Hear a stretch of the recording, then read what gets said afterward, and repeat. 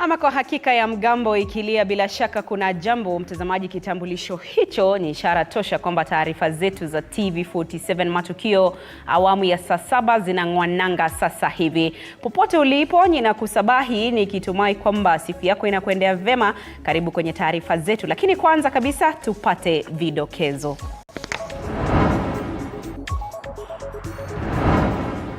Uchunguzi wa kashfa ya malipo ya bima ya kitaifa ya afya waendelea. Maafisa wa Wizara ya Afya wakihojiwa na wabunge.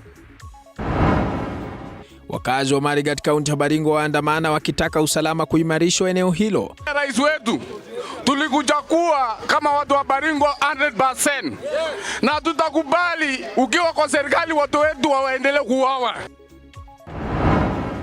Visa vya dhulma kwa watoto Busia vyaongezeka. We had 672 cases of defilement alone.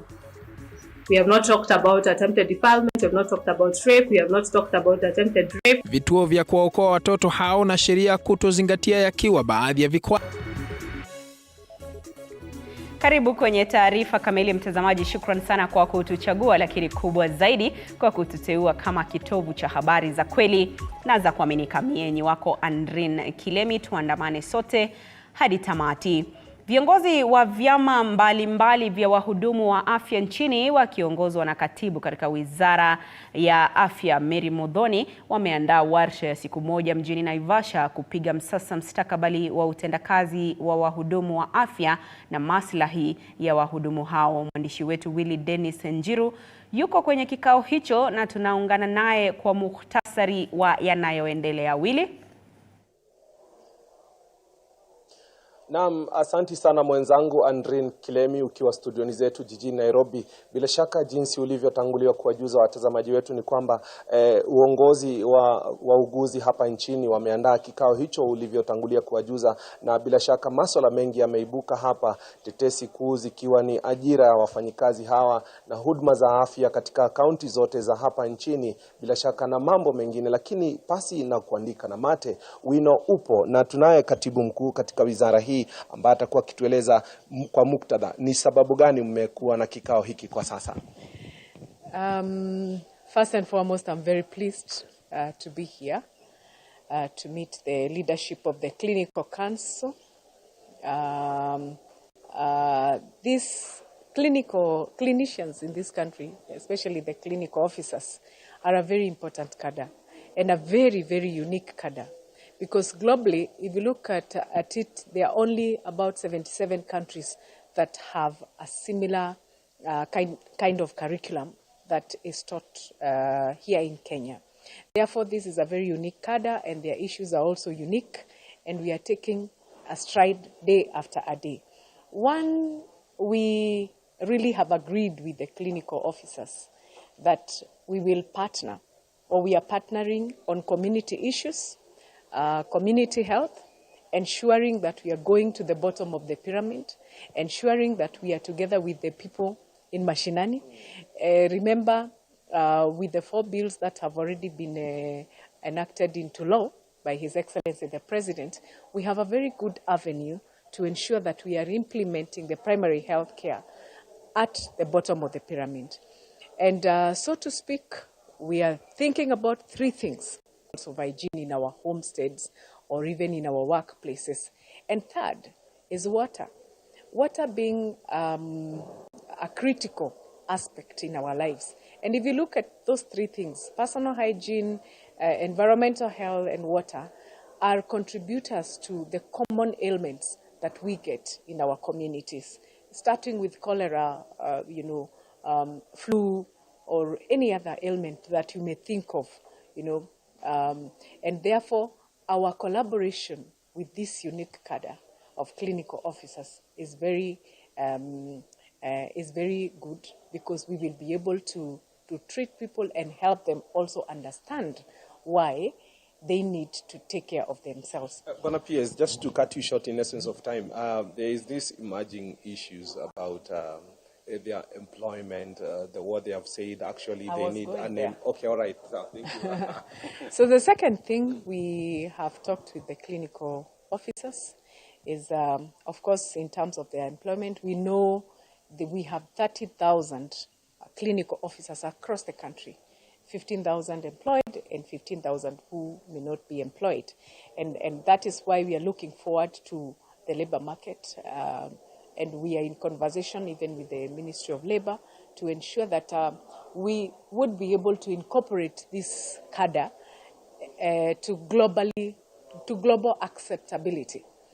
Having in mind that it is not a cadre that is trained everywhere in the countries or globally, it is now important that we involve other departments for support and for even ILO to accept that this is a cadre that is properly trained and they are skilled to work in the level that they are supposed to. Therefore, it was important for us to sit down, think through it, meet other stakeholders, have a multi-stakeholder approach for endorsement, and ensure that we are able to absorb them as is required. As a country, we are working very hard to ensure that we keep on offloading the unemployed healthcare workforce. HRH is one of the agenda in the manifesto and in our excellences portfolio, and so is in the Ministry of Health. We are looking forward to ensure that our HRH is taken care of. We have already done our assessment of all the levels of the hospitals in the country, so we know the gaps in terms of the human resources for health, and we will be able to fix them through the planning. And especially now when we are preparing for MTP4. Therefore, budgetary allocation is very, very critical, both here, locally, and abroad. Any hopes in about 30 seconds? Any hopes? We are having retirement every day. We are having our colleges give to the society every day. The gap still remains. Any hopes for those who are not yet employed? There's a lot of hope. Indeed, we have already received the established structure from PSC, and we are in the process of implementing this. Thank you. Thank you. Na asante sana mwenzangu Andrin Kilemi, umemsikia hapo bwana PS akizungumzia kwa kirefu maswala inayohusu afya, akizungumza hapo akisema kwamba kuna matumaini ya siku za halafu kuhusiana na swala zima la uajiri wa wahudumu wa afya hapa nchini utakaohakikisha kwamba sekta ya afya inaweza kuwa inamfikia mwananchi. Ukumbuke siku chache zilizopita rais aliweza kuzindua mwishoni mwa mwaka jana wahudumu wa afya katika maeneo tofauti hapa nchini kuhakikisha kwamba afya inakuwa ni nguzo muhimu inayoangaziwa na taifa la hapa nchini. Kwenye taarifa zetu za hapo baadaye tutakuwa tukilizamia swala hili kwa mapana na marefu. Ni hayo tu kwa sasa kutoka upande huu wa Naivasha, na kurejeshea kwako mwenzangu Andrin Kilemi ukiwa studioni zetu jijini Nairobi.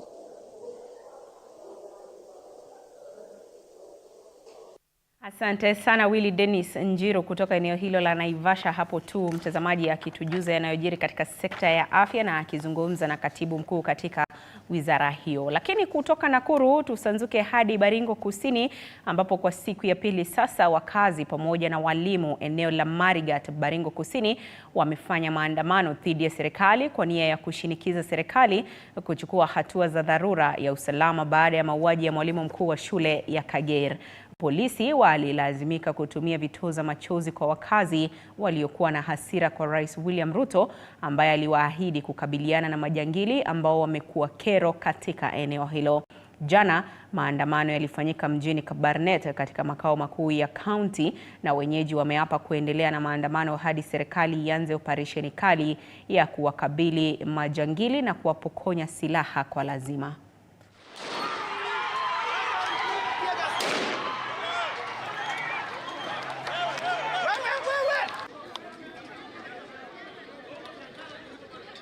Leo mimi nataka nipatie nyinyi shukrani kwa kusimama na watu wa Saimosoi na Bartabwa. Baringo is bleeding. Tuseme wote Baringo is bleeding. Baringo is bleeding. Tunamwambia rais wetu, tulikuchagua kama watu wa Baringo 100%. Na tutakubali ukiwa kwa serikali watu wetu waendelee kuuawa. President wa Kenya Mheshimiwa Ruto, wewe ulikuja Baringo siku ile ukasema within 100 days baada ya kuchukua serikali mambo ya insecurity itaisha kwa Baringo. Lakini saa hizi tuko na 1.5 years bado watu wetu wanauawa. Rais, watu wa Baringo wanakupenda kwa roho yote, lakini hatutaendelea kukupenda kama watu wetu wanaendelea kukufa. Na huku serikali ikizidisha msukumo wake wa kutaka huduma za serikali kuendeshwa kwa njia ya kidijitali, washikadau wa kutoa huduma za mtandao ukanda wa Nyanza wamepigia upatu hatua hiyo, ila wakitaka serikali kuhakikisha watu walio na changamoto za ulemavu wanapewa nafasi ya kuhakikisha wanatumia fursa hiyo. Washikadau hao wakiongozwa na kundi la Aheri Internet wameomba kwamba walemavu wasibaguliwe. Wakizungumza katika eneo la Akal, kaunti ya Siaya, wanakotarajiwa kuzindua kituo cha mitandao mashinani, wamesema kuwa 10 hadi 15 ya watu ndio wanaotumia mitandao, huku wengi wakikosa fursa hiyo. Aidha, wadau hao wametoa wito kwa washikadau wengine kushirikiana ili Wakenya waweze kupata huduma za mitandaoni. And as we all know, the government has actually taken an initiative together with some partners from private sector to establish a device manufacturing factory. I believe this is a step in the right direction.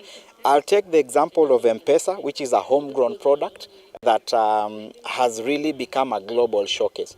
We believe that in our own unique way, we'll be able to develop solutions for the differently abled people to be part and parcel of us. They get good support and equal opportunities across the internet. They'll be able to grow and ensure that the persons with disability within the society are fully inclusive. Internet is a resource, and it's a testament to our drive that if we are able to increase capacity of the community to consume, then we only enrich the process. We are drawing the value chain longer.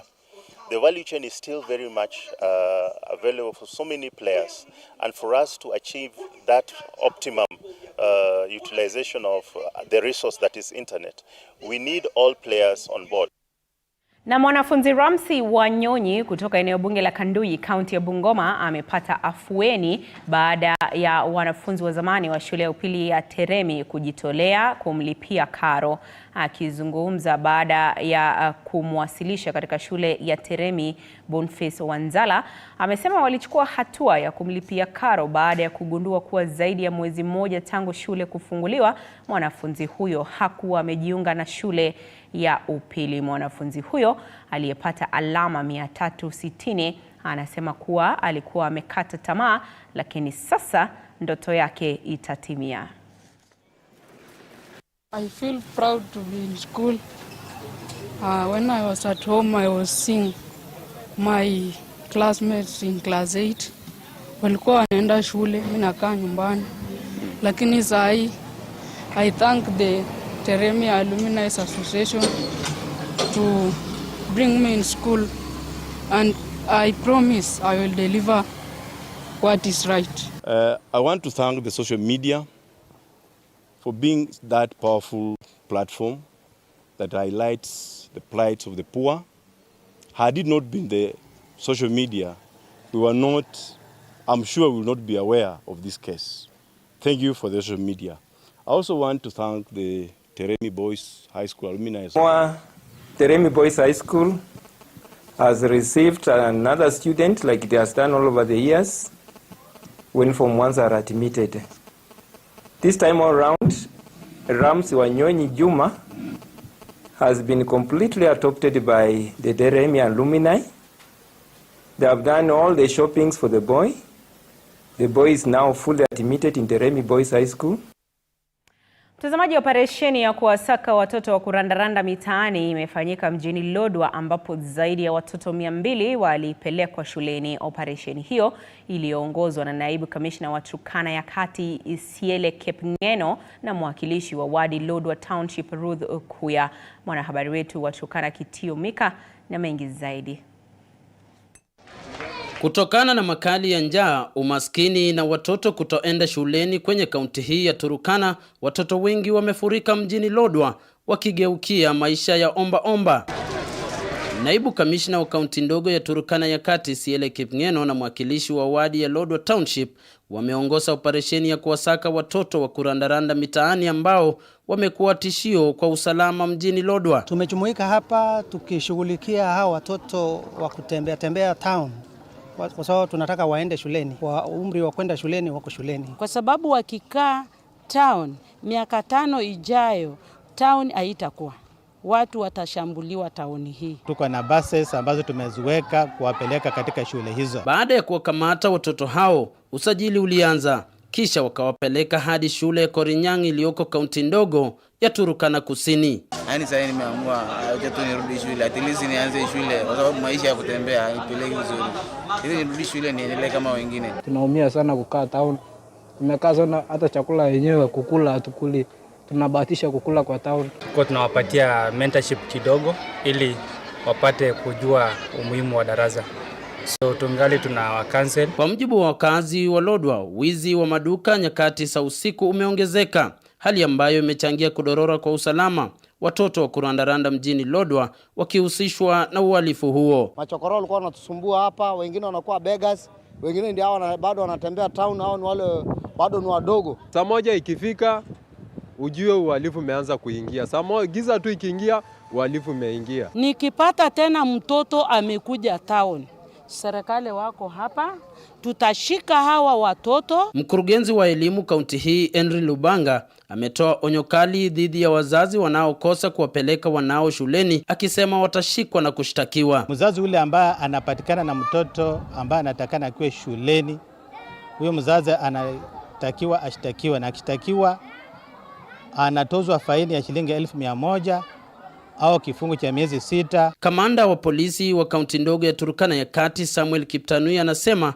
wanasiasa wamekuwa wakiwatumia watoto hao vibaya, akisema mikakati kabambe imewekwa kuhakikisha watoto wote wanaenda shuleni. Recently they were used in settling some schools within the township, but we managed to arrest the ringleaders and they have been taken for the to the court of law with related charges. Nikiripotia TV47 nikiwa Lodwar kwenye kaunti ya Turkana, mimi ni Kitio Mika Masai. Asante sana Kitio Mika Masai kutoka Turkana. Tuelekea Busia sasa, ambapo hoja imewasilishwa katika bunge la kaunti ya Busia kulalamikia jinsi shughuli ya kuteua wakurugenzi wa bodi mbalimbali katika kaunti hiyo na manaibu wao ilivyoendeshwa. Kwenye hoja hiyo iliyowasilishwa na mwakilishi wa wadi ya Buhayo Kaskazini Gadi Ijaka mbele ya spika wa bunge la Busia Fred Odilo, Ijaka alisema utaratibu mwafaka wa kisheria haukufuatwa wakati wa kuwaajiri waliotumia maombi ya kupata nafasi hizo za wakurugenzi na manaibu wao, huku akitaka shughuli hiyo kusitishwa na utaratibu ufao kufuatwa. Thank you, Mr. Speaker. For the period 2024 to 2025 and medium term. Wananchi wanalia wa Busia na sisi tumechukua mimi nimechukua kama mwakilishi wao, ni kwamba wale ambao wameandikwa mpaka sasa hivi hawajajulikana. Na kitu ya pili ni kama list ambayo ya wale ambao waliandikwa imefichwa kama bangi, kwa sababu haijaonyeshwa wananchi wa Busia ya kwamba wale ambao walifanyishwa interview ni hawa na wale ambao waliqualify ni hawa. Tunataka tuangalie kama mambo ya regional balance, ambayo sasa kila sehemu ya Busia County imeweza kuwakilishwa kwa wale ambao wameweza kupewa nafasi hiyo. Hiyo maneno yote haijawahi onyeshwa wananchi wa Busia. Kila sub county imekuwa na namna gani, because we have just 7 sub county. Tutaenda tuangalie hapa kwa hii sub county walio ni wangapi, kama ni Wateso ni wangapi, na kabila nyingine wale wanapanga 30% ni wangapi from the outside. Then we just see it because we don't have it itself. Nimeona ukienda hata department moja kama public service unapata hata kabila moja ndio iko mingi sana. Ni karibu directors wako karibu 7. Kama public service unapata ni Wateso peke yao. Sasa huwezi kuwa na maana hivyo. We are going to change these things. Lazima kila mtu hata deputy akiwa hapa tunaweka na maana hivyo. Mtazamaji, kinara wa Azimio la Umoja Raila Odinga ameridhia kuwania wadhifa wa kiongozi wa Umoja wa Mataifa ya Afrika. Odinga amezungumza na waandishi wa habari baada ya mkutano wa balozi wa AU. Odinga akisema kwamba ameshauriana na marafiki na kwamba atawajibika katika kuwajibikia masuala ya Waafrika. Consulting widely among friends. As the General said, he is one of my closest friends on the continent. And I intimated to him that if there should be interest, I will myself be keen to serve the continent of Africa. Mainly because as a Pan-Africanist, I believe strongly that Africa is playing in a league that it should not play.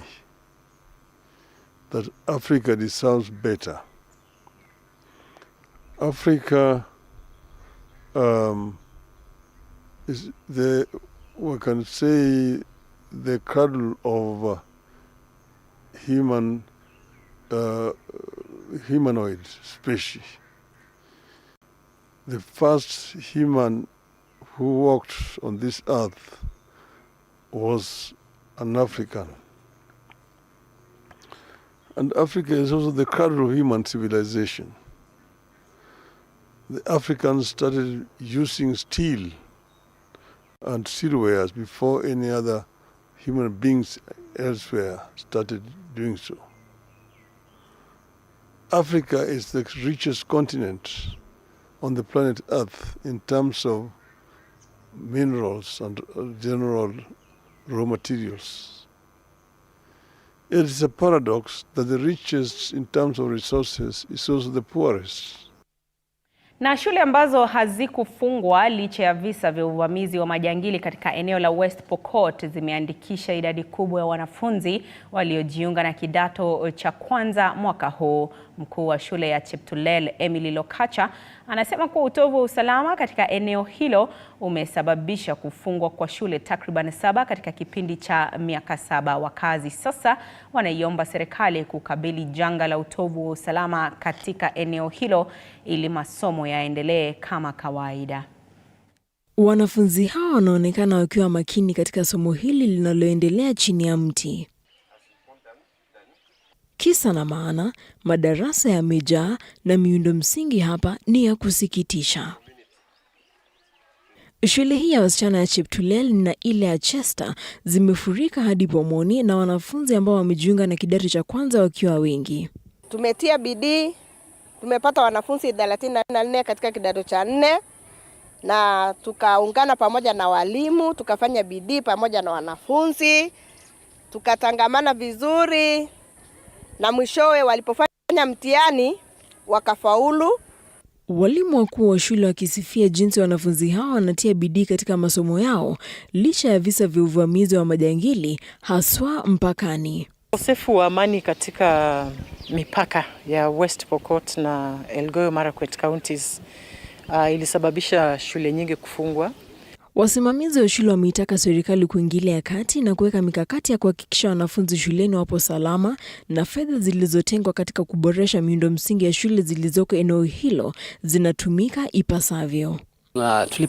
Tulitoa hiyo ombi kwa serikali kwamba shule iwe ya rescue center, maana ndio shule pekee ya wasichana katika boda na hakuna shule nyingine ya wasichana hapa, na licha sisi kuvumilia mahali hapa, wanafunzi wengi wangeweza kuingia hapa kama ingekuwa rescue center.